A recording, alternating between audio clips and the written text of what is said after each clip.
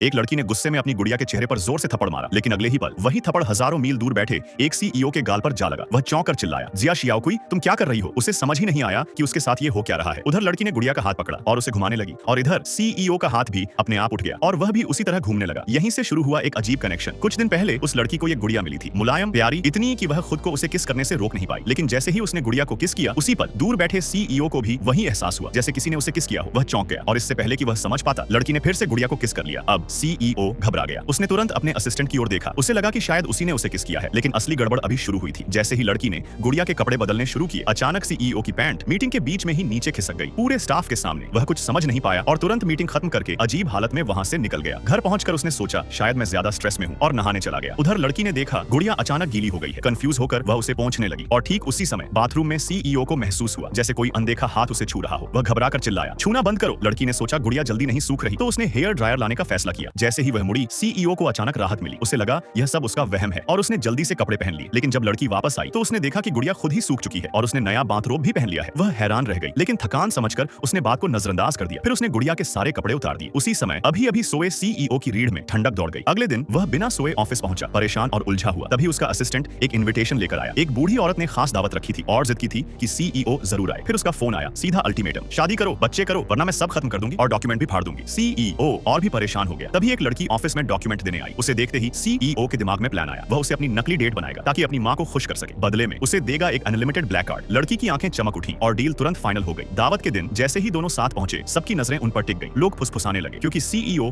हमेशा अकेले रहने के लिए जाना जाता था, और आज उसके साथ एक लड़की थी। भीड़ में एक औरत थी जो सीईओ को पसंद करती थी। वह जल उठी। उसे लगा सिर्फ वही उसके लायक है। वह आगे बढ़ी, वाइन का गिलास लेकर, और लड़की का मजाक उड़ाने लगी। लेकिन लड़की ने उसे आंटी कह दिया। बस यहीं आग भड़क गई। औरत ने थप्पड़ मारने की कोशिश की, लेकिन लड़की ने उसकी कलाई पकड़ ली। गुस्से में उसने रेड वाइन फेंकी। निशाना लड़की थी, लेकिन वाइन जा गिरी सीईओ पर। सब दंग रह गए। सीईओ कुछ समझ नहीं पाया और कपड़े बदलने चला गया। उधर लड़की गुड़िया को धोने रेस्टरूम ले गई, और जैसे ही उसने उसे पानी में धोया, उसी पल सीईओ बर्फ जैसे ठंडे पानी में भीग गया। अब वह सच में डर गया था। लड़की ने गुड़िया को धोकर हेयर ड्रायर से सुखाना शुरू किया। तभी वही औरत फिर आई और उसने गुड़िया छीन ली। लड़की गुस्से में उसके पीछे भागी। दोनों में झगड़ा हुआ और अचानक दोनों पूल में गिर गई। शोर सुनकर सीईओ वहां पहुंचा। पानी में भीगी लड़की और साथ में वही रैगडॉल। तभी उसे सच्चाई समझ आ गई। समस्या गुड़िया थी। बिना सोचे वह पानी में कूद गया और दोनों को बाहर निकाला। बाद में उसने देखा कि गुड़िया ने बाथरोब पहन रखा है। उसे वह अजीब लगा और वह उसे एक अच्छा सूट पहनाने वाला था। जैसे ही लड़की ने बाथरोब उतारा, उसी समय सीईओ का भी कपड़ा उसके सामने गिर गया और लड़की की आंखें खुली की खुली रह गई। सब्सक्राइब।